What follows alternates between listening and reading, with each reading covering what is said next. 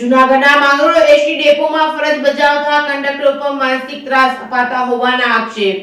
Mangrol ST ડેપોમાં conductor તરીકે ફરજ બજાવતા કર્મચારીઓનું ચાલુ ફરજ ઉપર હતા ત્યારે તેમનો અકસ્માતમાં પગમાં 4 જેટલા ઓપરેશન આવ્યા હતા, પરંતુ તેમને મૂળ ફરજ ઉપર હાજર થવાની લેખિતમાં જાણ કરતા કંડક્ટર પોતાના પત્ની સાથે ડેપોમાં હાજર થયા હતા, પરંતુ ડેમોમાં ફિટનેસ રજૂ કરવાનું જણાવતા કંડક્ટરને ડોક્ટરે ફિટનેસ ન મળતા માંગરોળ ડેપોમાં કંડક્ટરને માનસિક ત્રાસ આપતો હોવાના આક્ષેપો। જ્યારે તેવા પણ આક્ષેપો લગાવ્યા છે કે અહીં કોઈ ડેપો વિરુદ્ધ બોલે તો તેમની બદલી કરી નાખવામાં આવે છે, બીજી જગ્યાએ ફરજમાં જાય ત્યાં પણ તેમને માનસિક ત્રાસ આપતા હોવાના આક્ષેપ કર્યા છે। માંગરોળ એસટી ડેપોમાં અમુક ચોક્કસ માણસોનું જ ચાલી રહ્યું હોવાનું પણ આક્ષેપો લગાવ્યા છે। હાલ તો આક્ષેપો પણ થઈ રહ્યા છે, પરંતુ સત્ય હકીકત તપાસ બાદ જ બહાર આવશે તેમ મનાઈ રહ્યું છે। Reporting by Pratap Sisodia, Maliya Hatina. મારું આજથી 2 વર્ષ પહેલાં ચાલુ ફરજ દરમિયાન એક્સિડન્ટ થયેલું હોય અને પગમાં ઈજા થયેલી હોય, સતત 2 વર્ષ સુધી દુખાવો થતો હોય અને સર્જરી થયેલી હોય।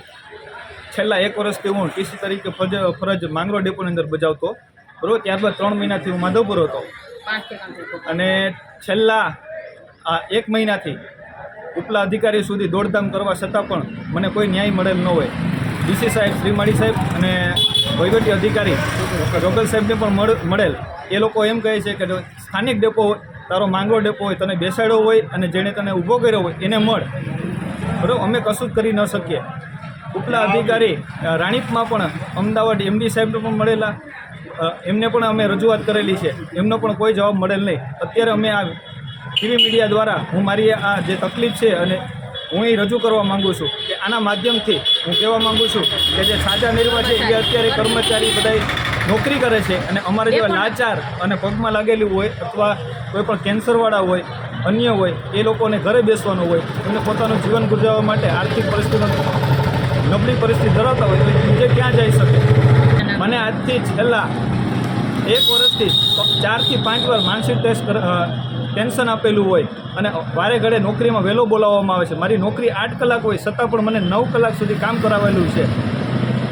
એમાં આજથી 1 વર્ષ પહેલાં માલદેવભાઈ ચના પરમાર જે ટીસી તરીકે ફરજ અને ટીટુનું કામ મને બીજા કર્મચારી દ્વારા પહોંચ આપેલ, એટલે મેં કીધું પહોંચ કોને આપેલી? મને કે માલદેવભાઈ આપેલી છે। એટલે એમણે કીધું, મેં ના પાડી ભાઈ પરત આપી દઉં। એટલે એ માલદેવભાઈ આવ્યા અને મને એમ કીધું, મને મારા 500 રૂપિયા ફાળવ્યો તે અને આ 200 રૂપિયા એ 700 રૂપિયા અત્યારે આપી લે અને હવે તું આ ટીસી કામગીરીમાં તું બેસી લેજે, બરાબર, હું જોઈ લઉં તને। એટલે મને ત્યારે પણ હળદૂત કરેલ અને મને પ્રેશર કરે, દબામણી આપેલી, બરાબર। ત્યારબાદ જીકે ગરચર રબારી કે જે ચોરવાડ હતો એ માંગરોળ આવ્યો, બરાબર, માંગરોળ આવીને ખટપટ ચાલુ કરી દીધી। 24 કલાક નોકરી હોય એવી ડેપો મેનેજર સાહેબને રજૂઆત કરે। એટલે મેં કીધું મારી પગની તકલીફ છે, મારાથી 24 કલાક થાય નહીં, બરાબર, એવું કશું જ થાય નહીં। એટલે એ પણ એણે આવી ખટપટ ચાલુ કરી।